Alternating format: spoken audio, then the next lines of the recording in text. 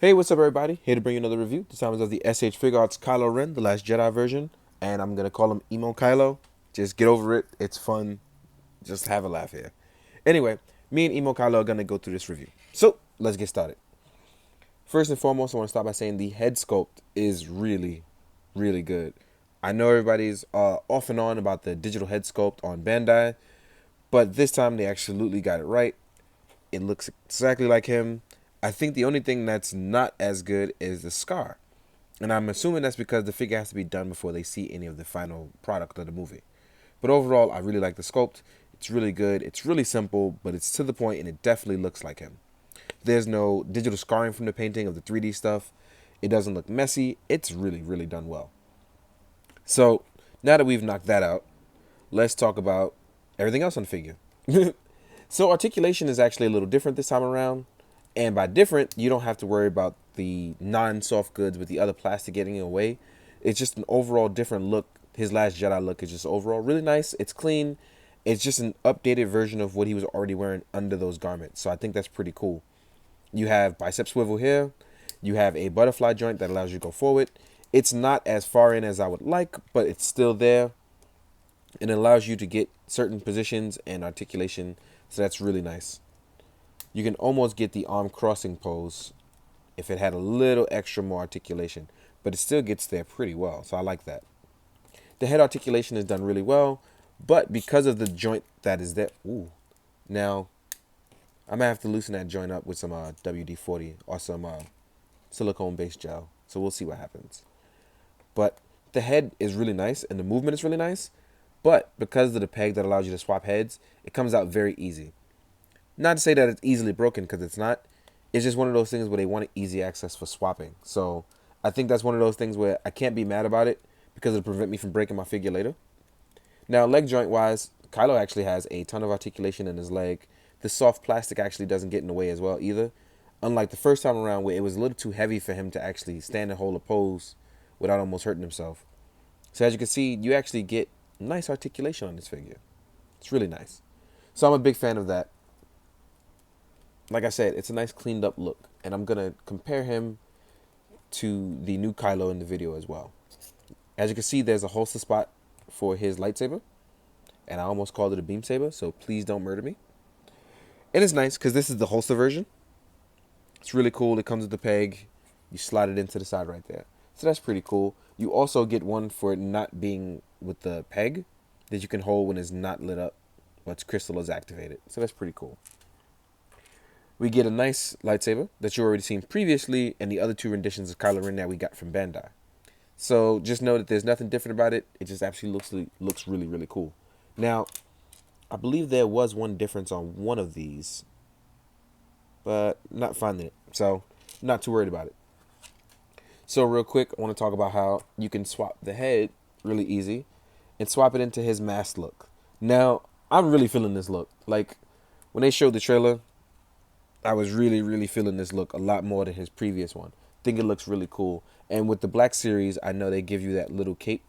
So it would be really cool if we would have got that with SHF. But I ordered a third-party one via CJism. So I'll put the link in the description to find that. Hopefully it doesn't sell out. But yeah, really cool. I know the Black Series one comes with it. I'm pretty sure they're around the same size because it works previously on the other ones. So I'm sure if you want, you can add it to this one as well. But I'm really feeling this look. The articulation is really well on this head. Again, it comes out really easy to prevent you from breaking the figure when pulling out the peg. But I'm really feeling the articulation, the look of this one. It's just overall a meaner, slicker look. It's just really nice. There's nice little dents and battle damage in the head. Now, as far as accessories, I showed you the lightsaber. He comes with actually force hands, which we know he's going to use the force, obviously. He comes with 2 relaxed palms. So this is pretty cool. You can actually see that he's might be reaching out or trying to help. You get 2 hands for holding his lightsaber. Now, I had a slight issue with mine, and that's because previously the hands didn't come glued at the top peg of the finger. And that's pretty fine. I know it's probably not a big deal, but I prefer to have mine open, so I slit them open to allow for easier access of putting the lightsaber in, and I don't have to worry about anything. So I slid it at the top finger. They actually come glued together, so don't stress it if you think that you're tripping. You're not. Actually come glued together at the top. But one really cool thing that I like that they added, and I believe this is from the unmasked one that they added, you pop out the peg really easy, but he comes with hands that allow you to hold the helmet in his side. So, swap the peg real fast. I don't know why, but on camera I can never swap pegs like really clean. It's always me having some issue, or I look like a crazy person trying to swap pegs. I don't know why, just me. And I know I'm talking to myself, so don't worry. I'm doing this to add a little fun to it. But I don't know what's going on with my right arm, but I'm going to check that out later. Where basically I'm trying to figure out on whether or not it's squeaky because it's clean or it's squeaky because I have some sort of issue. But once I figure that out, it will. But as you can see, he can hold his helmet to the side. He can hold it actually going either way. So if you wanted to walk with it, you wanted to do the holding pose, you can. You would have to find a way to just balance it out with the arm against the leg, like I'm doing here. And as you can see, it fell because I didn't balance it really well. But as you can see, he does come with two hands for holding his helmet, which I think is pretty cool. One of the things that I really like about this look is that it's sleeker. So when you compare it to his previous rendition, it seems to be a little all over the place on the last one. Meanwhile, the color on this one, it just looks a little different. Everything about the new one just actually looks and feels different. So it's one of those things where I'm a big fan of it. I like the first one, but I love this one more. It's just overall, just better look. So, also, this is what he looks like with the new Phasma by its side. They're around the same height, so they're a little taller. She's still a little taller. But if I put the legs together, I guarantee they're around the same height. So, yeah, somewhat around the same height. Here they are with a Stormtrooper.